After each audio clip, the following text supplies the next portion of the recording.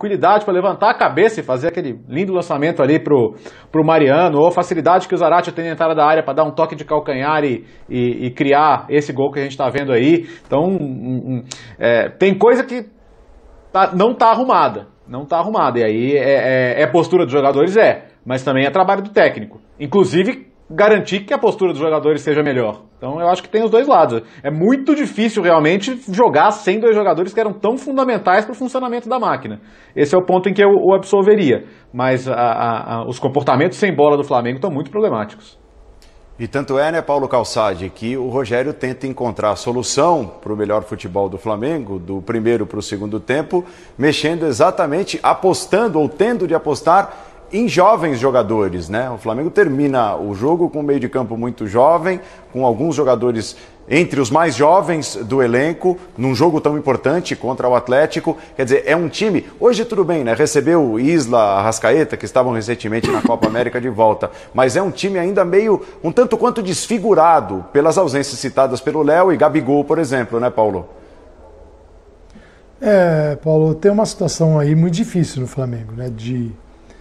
O culpado de tudo é sempre o Rogério, embora ele não possa ser absolvido de tudo. Mas hoje, aquela ideia de Flamengo que ele conseguiu criar e ganhar o Campeonato Brasileiro com ela, que ele manteve. Se perguntar para o Rogério qual é teu time, ele vai falar. Do meio de campo para frente tem Diego, Gerson, já era, tem Everton, Arrascaeta, o Bruno e o Gabigol. Esse é o Flamengo que ele idealizou e conseguiu fazer jogar. E que ele imagina, ele quer, porque é o Flamengo de posse, que procura amassar os adversários. O que ele tinha de ruim nesse Flamengo? Que não funcionava. Defensivamente não era uma grande equipe.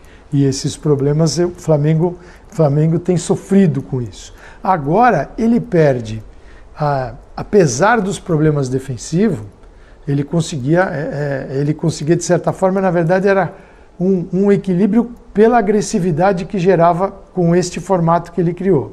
Compensava uma defesa ruim, mas também não dá para viver assim. Tem dia que você não vai conseguir. Agora, ele teve a defesa com problemas e não conseguiu encontrar aquele time no centro do campo, que tem o Ilharão, começa o Arão como volante, João Gomes, um lado esquerdo que passa Michael, que o Arrascaeta circula mais, né, do que... Não é aquele Arrascaeta grudado na beirada, né? Um Arrascaeta que não... Porque se ele buscasse o lado esquerdo o tempo todo, era o Bruno passando ali, tinha o Felipe Luiz passando ali, tinha também o Michael passando ali e o time do outro lado, o Isla. Então, o Rogério, ele buscou soluções. No jogo de hoje, assim, o Mateuzinho poderia começar como titular? Poderia. O Mateuzinho tem condição de ser titular? Pelo que estava jogando o Isla, sim. Até nesse formato aqui, pensar o Mateuzinho até na segunda linha.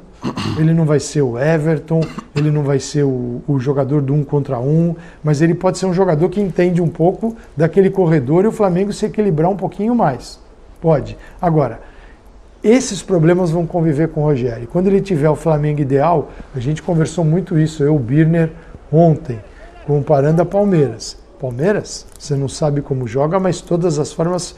Ele já ganhou num formato e agora está se construindo outro.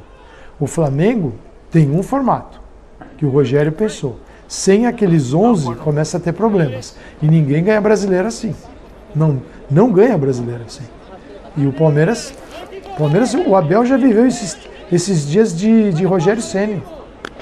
Depois de Libertadores. Foi. Agora é o líder do campeonato. Mas a conta do Rogério está ficando pesada. O Palmeiras, só para fazer uma comparação, Palmeiras já, só para o torcedor entender o que a gente discutiu, eu e o professor Calçade ontem, e a gente concordou, o Palmeiras já ganhou, já atuou em 5-3-2, 5-4-1, 3-4-3, 4-1-4-1, 4-2-3-1, 4-3-3, só para citar alguns sistemas, todos bem encaixados. Todos bem encaixados. E o tempo de trabalho do Abel e o tempo do Rogério são parecidos. Né? O trabalho tático do Palmeiras é um trabalho muito mais completo, pleno, que o trabalho do Flamengo. E eu acho que esse elenco do Flamengo pode oferecer mais. Eu entendo perfeitamente a queda de rendimento por causa dos desfalques. Eu concordo com o Rogério sobre isso. Mas também, quando tinha o time inteiro, o time ganhava o jogo muito mais por conta das individualidades várias vezes. E outra coisa, o Flamengo perdeu o jogo contra o Juventude num campo atípico, né? Ali uma situação à parte, não dá para colocá-la, mas o Flamengo cai de rendimento contra o Fluminense, perde o segundo tempo do Fluminense, perde no segundo tempo contra o Bragantino, e hoje mesmo, fazendo o segundo tempo equilibrado, ele teve um momento de apagão, que o Atlético aproveitou muito bem, fruto, obviamente, do que o Atlético conseguiu construir, qualidade. Savarino jogou bem esse jogo, jogou bem a partida anterior também, né? Jogou na semana passada, no meio de semana ele fez uma senhora partida, mas de novo no segundo tempo o Flamengo perde o seu jogo, e tudo isso não pode ser coincidência. Ou eu acho que o time precisa se adaptar mais às circunstâncias. Quando o professor Calçade, por exemplo, cita a possibilidade de ter um lateral, o Mateuzinho, jogando na segunda linha, ele vai ter chegado e vai fechar um pouco melhor ali se ele perceber que está vulnerável. E isso passa muito pelo treinador. Eu concordo com o Jean quando o Jean fala, não é para demitir. Eu não sou eu raramente você vai me ver falar que tal treinador tem que ser demitido. Isso é muito raro, muito raro. Agora, eu acho também que essa resposta tem que vir do mercado, né? Você olha o mercado atual de técnico, você fala, não, vai trocar para quê? Se o Flamengo tiver alguma solução especial diferente, aí eu entenderia a troca, caso a direção esteja insatisfeita e realmente os jogadores não consigam assimilar o que o técnico pede. Porque outra coisa que o Calçade fala muito, e eu concordo plenamente, aderência ao trabalho. Às vezes o técnico pede coisas que não acontecem 1, 2, 3, 4, 5 vezes. Até quando vai isso? Então, você espera, por exemplo, do Flamengo um grande crescimento de agora em diante? Ou porque o Flamengo vá na próxima rodada jogar melhor e evoluir?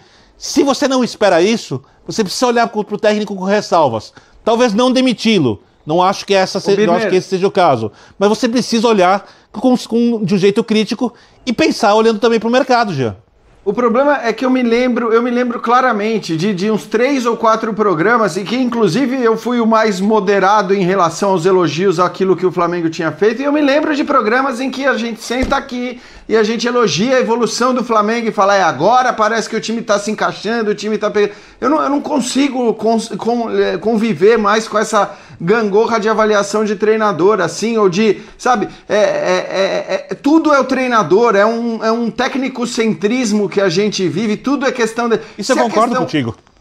Acho que assim, se a questão é física, se o time cai no segundo tempo, será que isso é só o treinador também? Será que a gente vai ter que olhar sempre apenas para o treinador? Se um jogador de repente passa a render mal de uma hora para outra, com diferenças notáveis em relação ao que vinha acontecendo e o que acontece agora, será que isso é tudo culpa do treinador? Eu não sei, eu acho que assim, não existe um lugar no mundo em que a gente atribua